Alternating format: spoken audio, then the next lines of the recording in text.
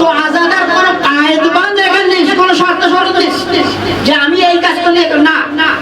এক ব্যক্তি খুলুসে নিয়ত করছে যে আমি কি করব, আমি এখানে ঝাড়ু লাগাবো, এটাও আজাদারি গণ্য। এক ব্যক্তি কি করছে খুলুস নিয়তে জুতোগুলো সুন্দর করে তার দিক দিয়ে রাখছে, ওটাও আজাদারি, সে খুলুস নিয়ত করতেছে। বলছে মাওলার আজাদারিতে আমি যাব, এই কাজটি কি করব, ওখানে যা কুড়া যা ময়লা আবর্জনা ওখানে এ থাকবে, আমি ওইগুলো সুন্দর করে গুছিয়ে এতে ফেলে দিব।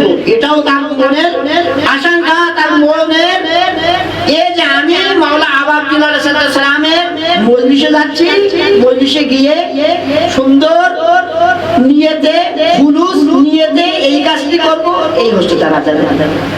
তো আজাদারি কোনো কায়েদ বান্ধ এখানে নাই। আপনি যেমন ভাবে আপনি মনে করলেন যে এক ব্যক্তি ছেঁড়া কাপড় পরে আসছে, ওই যে মাওলা আবাদুল্লাহ আলাইহিস সালামের আমি খুলুস নিয়েতে আমি এই 10 দিন আমি জুতো পরবো না, এটাও আজাদারি। এক ব্যক্তি কি করছে যে আমি ছেঁড়া কাপড় পরবো, ভালো কাপড় পরবো না, এটাও তার জন্য আজাদারি। সে কি করছে, খুলুস নিয়েতে চেষ্টা করছে। তো আজাদারি কোনো কায়েদ বান্ধ কোনো শর্ত শরত নাই, আজাদারি।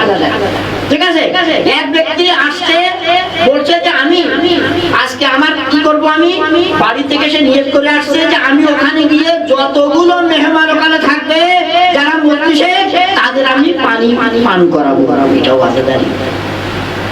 তো আজাদারির এখানে বলা হচ্ছে কোনো শর্ত শরত নাই। আজাদারি বলা হচ্ছে যে তার খুলুসে দিল সে এ মনে করছে যে আমি যারা সালাম আমার থেকে রাজি হয়ে যাক, আমিরুল মুমিনিন আলী ইবনে আবি তালিব আলাইহিস সালাম আমার থেকে রাজি হোক, নবী আকরাম সাল্লাল্লাহু আলাইহি ওয়াসাল্লাম আমার থেকে রাজি হোক, হযরত আবু আব্দুল্লাহ আলাইহিস সালাম আমার থেকে রাজি হোক, এটি আছে।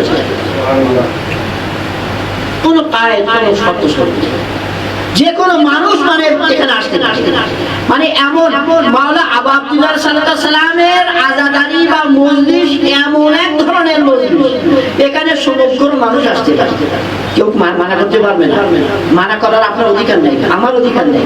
মাওলার জিকির হচ্ছে আমিও আসতে পারি, আপনিও আসতে পারেন, অন্যান্য মাযহাবের লোকেরা আসতে পারে। এখানে কারোর কোনো সাধ্য নাই যে তাকে মানা করবে তো ভাই তুমি এসো না, এখানে আজাদারি হচ্ছে না। মাওলার জিকির হবে, মাওলার ফজিলত হবে, সবাই আসতে পারে। সবাই দরুদ পড়েন মুহাম্মদ ওয়া আলি মুহাম্মদ, আল্লাহুম্মা সাল্লি আলা মুহাম্মদ ওয়া আলি মুহাম্মদ। ওই হাদিসের কিছু বিশ্লেষণ কিছু মানে দিয়েছিলাম যে মান বাকা ওয়া আবকা আও তাবাকা ফি মুসিবাতিল হুসাইন হুজরামাত জাসাদাহু আলান নার ওয়া ওয়াজাবাত লাহুল জান্নাহ। কি হাদিস, সুবহানাল্লাহ সুবহানাল্লাহ। মানে আবু আব্দুল্লাহ আলাইহিস সালামের শানে রাইসে মাযহাব ষষ্ঠ ইমাম জাফর সাদিক আলাইহিস সালাম বলছেন যে যদি কোনো ব্যক্তি মাওলার শানে আবু আব্দুল্লাহ আলাইহিস সালামের শানে ক্রন্দন করে এবং অন্যদেরকে ক্রন্দন করায় এবং নিজে ক্রন্দনের ভাব করে, মানে আমার ক্রন্দন আসে না, কান্নাকাটি কান্না আসে না, তাই বলা হয়েছে হুজরামাত জাসাদাহু আলান নার, মানে জাহান্নামে যদি যায় তাহলে জাহান্নামের আগুন সে তার জাসাদকে তার লাশকে পোড়াতে পারবে না। তারপর কি বলছে ওয়াজাবাত লাহুল জান্নাহ, এবং আখিরি সুসংবাদ বলা হয়েছে তার জন্য আল্লাহ রাব্বুল আলামিন জান্নাতের সুসংবাদ।